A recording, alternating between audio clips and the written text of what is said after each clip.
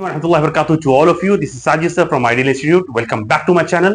जैसा कि आप सबको पता है, आज हमारा टॉपिक बहुत ही इंपॉर्टेंट टॉपिक के ऊपर है, that is Indian general elections of India 2024।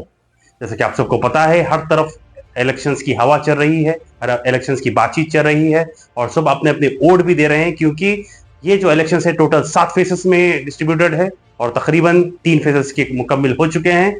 चौथा फेज 13 मई 2024 को होने वाला है और आप सबको जिसके पास भी इलेक्शन है आपको जाना है और आपका वोट जरूर देना है, क्योंकि आज हमें अपने वोट के जरिए अपनी ताकत को बताना जरूरी है।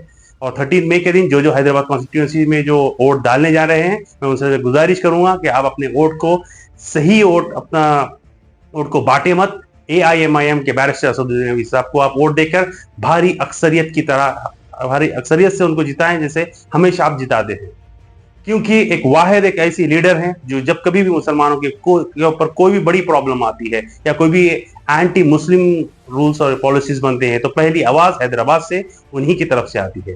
तो उम्मीद करता हूं आप सब अपने वोट का इस्तेमाल करेंगे और उसके अलावा जो अदर स्टेट्स है या हमारे तेलंगाना में अदर डिस्ट्रिक्ट्स है वहां पर आप कांग्रेस को जिताएं, क्योंकि यहां पर जो जंग है वो 2 पार्टीज के दरमियान में हो रही है, कांग्रेस और बीजेपी।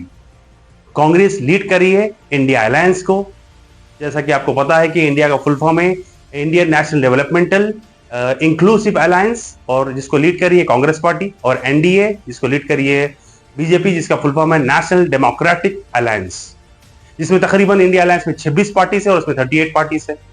और मोदी का ये नारा है आपके 400 पार, और आपको पता है 400 पार करके वो क्या करने वाले हैं, वो सीधा सीधा जो हमारा कॉन्स्टिट्यूशन है, लोकतंत्र है, उसको तबाह बर्बाद कर देने वाले हैं। अभी इसी इलेक्शन में ही आपको पता है कि 3 ऐसे कॉन्स्टिट्यूंसीज है जहां पर इलेक्शन ही नहीं हो रहे हैं। इलेक्शन कमीशन खामोश देख रही है, म्यूट स्पेक्टेटर की तरह देख रही है, ताकि उनके पास कोई जो है ना उनको क्वेश्चन करने का, एक्शन लेने के पास कुछ उतनी ताकत भी नहीं रही, क्योंकि बीजेपी सारे सीट्स पे अपना दबदबा बताने की कोशिश कर रही है। और उसी तरह अगर हम देखें इंडियन नेशनल कांग्रेस, वहां पर हर मुसलमान हो, दलित हो, हर किसी के मुद्दों को वो उठा रहे हैं। स्पेशली जो बीजेपी की तरफ से बोला गया कि वो CAA और UCC को इंप्लीमेंट करेंगे। अगर आपको ये नहीं पता तो मैं बता दूंगा, CAA है सिटीजनशिप अमेंडमेंट एक्ट, जो कि बात करता है जो हमारे जो बॉर्डरी के नेशंस जो है अफगानिस्तान, पाकिस्तान और बांग्लादेश, उसके जो प्रोसिक्यूटेड माइनॉरिटीज है, नॉन मुस्लिम से, उनको ये जो है नेशनलिटी दे देंगे, क्योंकि बहुत ज्यादा कंफ्यूजिंग बात है, क्योंकि ऑलरेडी हमारे देश की इतनी पॉपुलेशन है, वो अगर आप पॉपुलेशन और ऐड करेंगे तो वो 3 से 4 करोड़ निकलेंगे नॉन मुस्लिम। तो अब उनको रखेंगे कहां पर, नौकरी कहां से देंगे? जो ऑलरेडी जो मोदी का जो वादा है 2 करोड़ साल को नौकरी देने का, वही पूरा नहीं हुआ तो उनको नौकरी कहां से देंगे? जो कि यही सेम सवाल अरविंद केजरीवाल ने उनसे पूछा था, जिनके पास कोई जवाब नहीं था। उसी तरह बीजेपी गवर्नमेंट और एक जो मुद्दा जो उठाने वाली है वो UCC है, यूनिफॉर्म सिविल कोड। जैसा कि आप सबको पता है, हमारा अपना पर्सनल लॉ रहता, हमारी शरीयत रहती, हम उस पर पूरा खुल के फॉलो कर सकते, निकाह उस पर होता, या हमारे तदफीन या हमारे जो हेयर्स के जो डिसेंडेंट्स के जो प्रॉपर्टी जो डिस्ट्रीब्यूशन होती वो हम हमारे शरीयत के हिसाब से करते, तो वो उसी को भी खत्म करने की ये नीयत लेके आ रही है। तो इसमें कांग्रेस का बिल्कुल क्लियर है कि वो इन दोनों को सपोर्ट नहीं करेंगे। हिजाब बैन को हटा देंगे, हमारे जो माँ बहनें जो बुरखा वगैरह पहनती, निकाब जो लगाती, उसमें पूरी हमको आजादी रहेगी। उसके साथ साथ कांग्रेस का जो और एक जो मुद्दा है वो ये है कि फार्मर्स को वो MSP देंगे। जब आम हम इंसान को हमें MRP मिलती, जिसके रेट से ज्यादा हमको जो है ना बेचा नहीं जा सकता, तो उसी तरह किसान को भी MSP का हक है, और वो कांग्रेस ये वादा कर रही है कि उनको वो लीगल जो है ना राइट्स देंगे उसको। तो इसी तरह काफी सारे ऐसे मुद्दे हैं जहां पर कांग्रेस टोटली माइनॉरिटीज हो या हिंदूज हो, उन सब के फेवर की बात कर रही है। जैसा कि अगर मैं बात करूं कुछ कंट्रोवर्शियल मुद्दों के ऊपर भी कांग्रेस ने बात रखा है, जो कि 5 कंट्रोवर्शियल मुद्दों के बारे में आपको बताऊंगा, और भी कुछ है। तो पहला है abolishing Agnipath scheme. Agnipath scheme को ये एबॉलिश कर देंगे, ताकि ये अग्निपथ स्कीम लाने के बाद मोदी के काफी सारे ट्रेनों को जलाया गया, यूथ जो है ना रोड पे आ गया था, इससे बहुत सारे प्रॉब्लम्स थे, तो कांग्रेस गवर्नमेंट पहले इसको एबॉलिश कर देगी। दूसरा है GST 2.0। अभी की GST अगर आप देखेंगे तो काफी सारे महंगे परसेंटेज ये हर प्रोडक्ट्स पे लगा चुके हैं। इवन अगर आप कफन भी खरीदने जाओगे तो उस पे भी आपको टैक्स है। तो कांग्रेस गवर्नमेंट इसका रीट्रेशन करेगी और इसको रिफॉर्म करके नए पैमाने पे लेके आएगी। तीसरा है दिल्ली अमेंडमेंट एक्ट। जैसा आपको पता है कि चीफ मिनिस्टर के सारे राइट्स को ये खत्म कर चुके हैं और एलजी को पूरे पावर दे चुके हैं, तो इसमें भी ये अमेंडमेंट एक्ट लेके आने वाले हैं। चौथा है स्टॉप बुलडोजर जस्टिस। आप देख रहे हैं कि मदरसास हो, मुसलमानों के घर हो, काफी सारे लोगों के घरों पे बुलडोजर चला दे रहे हैं, उनको तकलीफें दे रहे हैं, तो कांग्रेस गवर्नमेंट की ये बुलडोजर जस्टिस के खिलाफ भी कानून पास करने वाली है। और पांचवा है 7.5 lakh collateral free loans to minorities. इसके साथ साथ कुछ नए पॉलिसीज भी कांग्रेस जो है ना इजाद करने वाली है, ऐसा उसका मानना है। जैसा कि पहला है डिफेमेशन को ये जो है ना टोटली डिक्रिमिनलाइज कर लेंगे। डिफेमेशन का मतलब होता है किसी को गाली देना है, किसी को भला बुरा बोलना है, इसका बीजेपी गवर्नमेंट बहुत ज्यादा फायदा उठा रही थी, तो उसको ये डिक्रिमिनलाइज कर देंगे। और इंटरनेट को बैन कर देंगे, मतलब इंटरनेट सस्पेंशन बैन कर देंगे। जैसे आप देख रहे हैं कश्मीर हो या मणिपुर हो, जहां कहीं भी ज्यादा मुद्दे वायलेंस होता है, तो वहां पर बीजेपी गवर्नमेंट क्या कर रही है, वहां पर इंटरनेट बैन कर दे रही, तो उसको इंटरनेट सस्पेंशन को ये बैन कर देंगे। बेल को आसान कर देंगे। जैसा कि आप देख रहे हैं आज भी अरविंद केजरीवाल जेल की सलाखों के पीछे है। आज इलेक्शन है बट वो निकल के कैंपेनिंग वगैरह कुछ भी नहीं कर सक रहे।